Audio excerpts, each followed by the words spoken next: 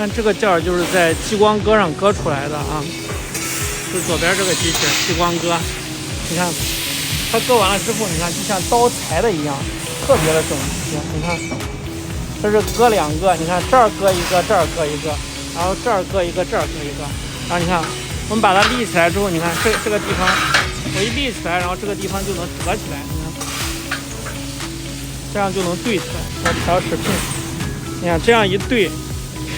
它就整齐了。